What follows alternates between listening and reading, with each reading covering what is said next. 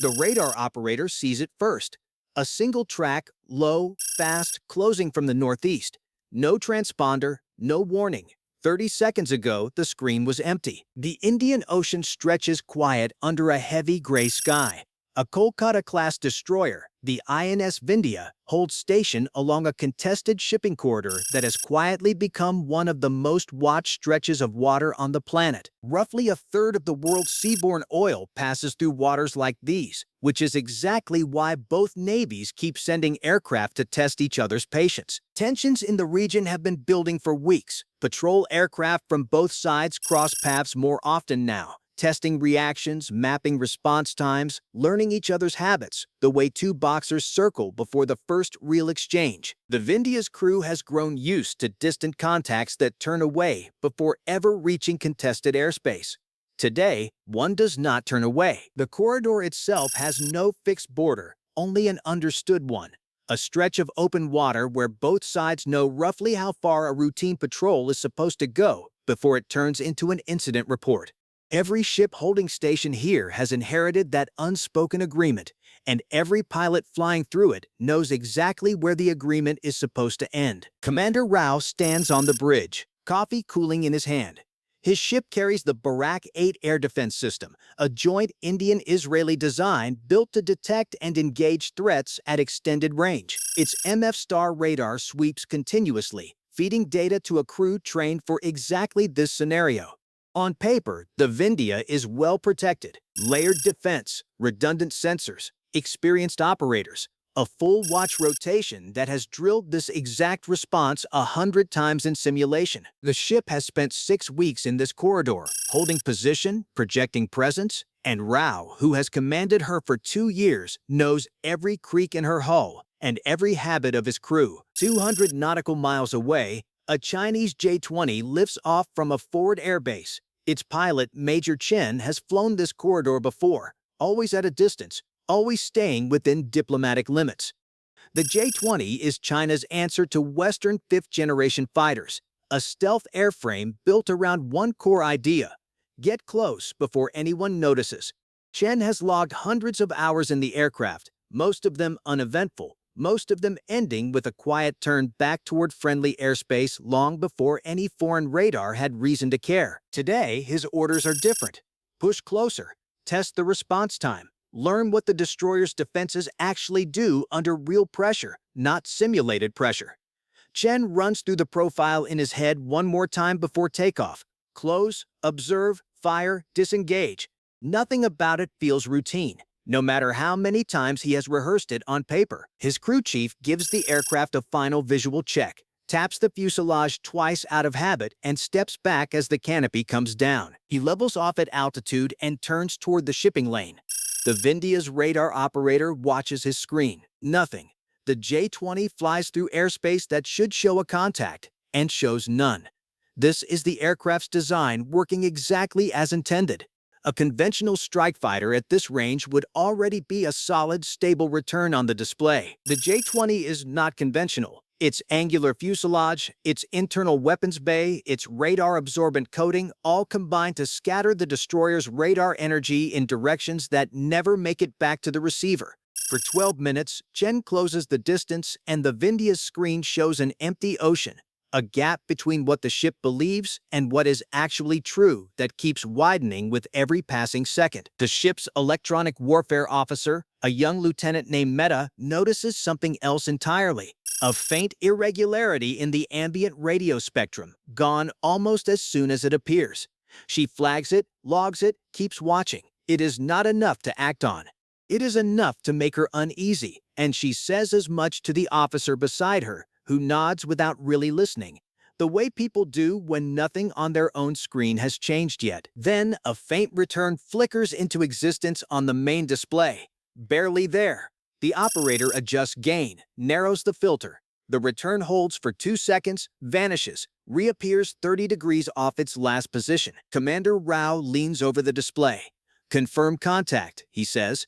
"Intermittent, sir. Could be a sensor glitch. Could be something real." Rao does not wait to find out. He orders the ship to general quarters. Crew members move to stations at a run. Weapons systems spin up. The Barak 8 launchers rotate to standby. Lieutenant Mehta's earlier flag suddenly looks less like noise and more like the first hint of exactly this. This is the moment the entire crew's training exists for. Even an intermittent contact gets treated as real until proven otherwise, because on a modern battlefield, the cost of waiting for certainty is almost always higher than the cost of a false alarm. Rao orders the bridge to attempt contact on the international hailing frequency. Unidentified aircraft. This is Indian Navy warship. You are approaching a controlled corridor. State your intentions. Silence answers him. He repeats the call. Silence again. On a ship built around procedure, silence is its own kind of answer, and every officer on the bridge understands exactly what it means. Chen, meanwhile, has closed to within his weapon's effective range. His aircraft carries the YJ-91, a long-range anti-radiation strike missile developed for exactly this kind of engagement against a defended surface target. Its guidance system locks onto radar signatures at extended distance, correcting its flight path as it closes. This is the one technical detail the story pauses for. The YJ-91 Seeker does not require the launching aircraft to maintain a lock all the way to impact. Chen can fire and turn away immediately, leaving the missile to find its own way home while he is already miles out of the engagement zone, well clear before the destroyer's own weapons could ever have a shot at him directly. He checks his targeting solution one final time. The destroyer's outline sits centered in his display, the return steadier now that he has closed the gap enough for even his reduced signature to register clearly. He commits. The missile leaves the rail and accelerates hard, dropping low before leveling off just above the wavetops, using the curvature of the Earth to stay below the destroyer's radar horizon for as long as it possibly can. On the Vindhya, the picture changes in an instant. The intermittent contact solidifies into a missile-sized return, moving fast, low, direct, closing at a speed that erases any margin for hesitation. Missile inbound, bearing 045. Rao's response is immediate. Engage with Barak 8. Fire 2. Deploy chaff on my mark. The launchers respond within seconds. 2 interceptors leave their canisters and climb hard, guided by the MF Star radar toward the incoming threat. Chaff dispensers along the superstructure fire in sequence, throwing clouds of metallic fragments into the air to confuse any secondary seeker the missile might be carrying. This is the layered defense, working exactly as designed. Every system firing in the sequence it was built for. Every operator doing precisely what months of drills prepared them to do. The first interceptor closes on the missile's track, correcting continuously as the target adjusts its terminal approach. The gap closes to under a mile, half a mile. The interceptor detonates its proximity fuse, throwing a pattern of fragments directly into the incoming missile's path. For a moment, it looks like it might be enough. On the bridge, nobody breathes. The YJ-91 takes damage. Its flight path wobbles, loses altitude, seems to falter. Then its guidance system, built with redundancy for exactly this scenario, recalculates and steadies. Damaged but still tracking, it continues toward the ship, now on a shorter, more erratic final approach that the second interceptor, already committed to its original intercept geometry, cannot fully correct for in the seconds it has left. The missile clips the destroyer's superstructure near the aft radar mast. The impact is not the finishing blow the mission profile called for. The warhead detonates on contact with the mast structure rather than penetrating deep into the hull. But the damage is real. The blast tears through communications equipment, buckles support structures, and starts a fire in an adjacent compartment. Emergency crews move immediately, running hoses, sealing bulkheads, working through procedures they have drilled for exactly this kind of moment, calling out compartment status one by one as they clear each space. For a few seconds after impact, the bridge is nothing but noise, alarms layered over shouted status reports, before discipline reasserts itself and the crew falls back into the sequence they have rehearsed since basic training. Commander Rao holds the bridge, directing damage control while confirming the ship's remaining systems are still functional. The Vindhya's propulsion is untouched. Its main weapons remain operational. Lieutenant Mehta reports her sensors are running on backup power, but holding.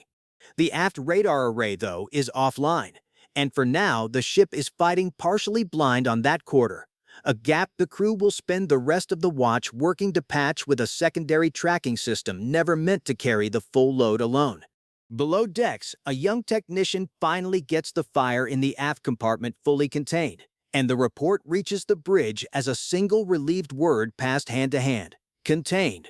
If you have made it this far, you already know engagements like this one hinge on details most viewers never see. And that is exactly why this channel exists. So if you have not subscribed yet, now is a good moment to fix that before the story wraps up. 60 miles out and closing on friendly airspace, Major Chen has already turned for home.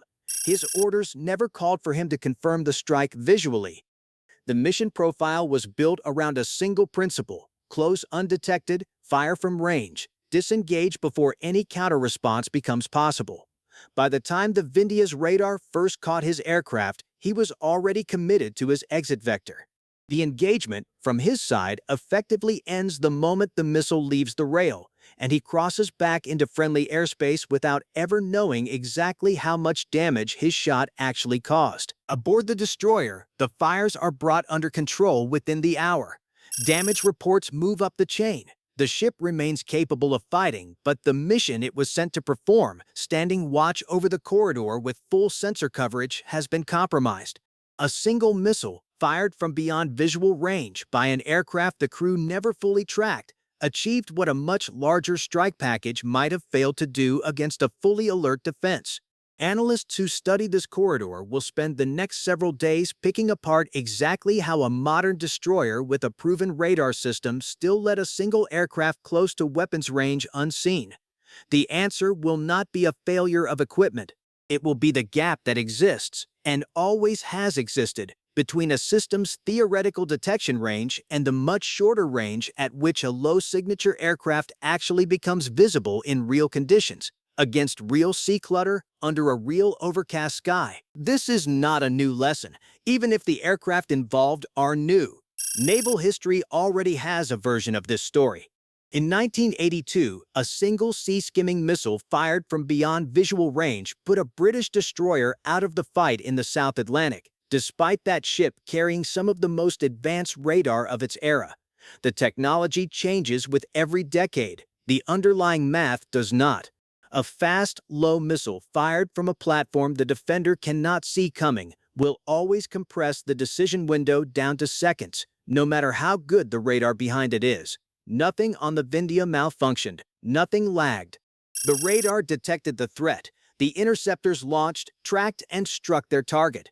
If there was a failure here, it wasn't mechanical. It was a gap in physics. The distance between where detection should happen and where it actually does against a low-signature target. That is the trade stealth technology is built around, not invisibility, delay. And in modern naval engagements, delay is often all an attacker needs to turn a well-defended ship into a damaged one. Every extra second a defender spends confirming a contact is a second the attacker spends closing the range. And against a low-signature aircraft, those seconds add up faster than any radar operator would like.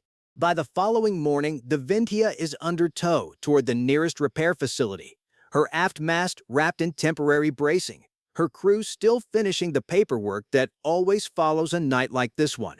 Commander Rao's own report reads clinically: contact detected late, defensive systems performed within specification, damage contained, no loss of propulsion. It says nothing about how close the margin actually was, because in this business, the margin is rarely the part anyone writes down. For the Vindhya's crew, none of this will make the repair bill any smaller or the debrief any shorter. But it does explain, in cold technical terms, exactly why a ship built around one of the most capable naval defense systems in service today still ended the encounter with a scorched radar mast and a tow line to the nearest yard. So here is the question worth sitting with. If a single stealth fighter, operating alone, can close undetected and land a damaging hit on a modern, fully defended destroyer, what happens when that same tactic is used by a larger strike package, timed to arrive from multiple directions at once? Layered defense systems like the Barak 8 are built to handle exactly that kind of saturation scenario. Whether they hold up in practice is the question every Navy operating in contested waters is trying to answer before they are forced to find out the hard way. If you found this breakdown useful, let us know in the comments how you think a coordinated multi-aircraft strike would change this outcome. And subscribe for the next deep dive into modern air and naval combat systems.